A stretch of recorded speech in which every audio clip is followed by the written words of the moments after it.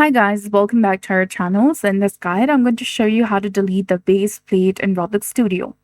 If you're having trouble deleting the base plate, it's likely because it's locked, as a locked object cannot be directly selected in the workspace by clicking on it. To unlock and delete the base plate, you need to follow the simple steps. So go ahead and select the home button in the top of the screen.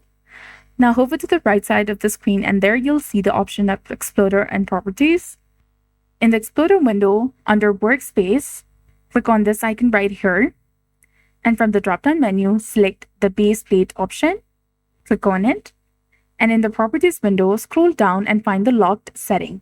It will be checked on by the default, so go ahead and uncheck this box. Or if the toggle is available, simply turn this off.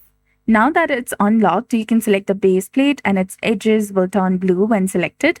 Then you can delete that base plate either by right-clicking on it and choosing delete, or by selecting it or pressing the delete or backspace key on your keyboard. So that's it. You've successfully removed the base plate in your Roblox Studio. So if you found this guide helpful, please like, share, and subscribe. Thanks for watching. We'll see you again in the next one.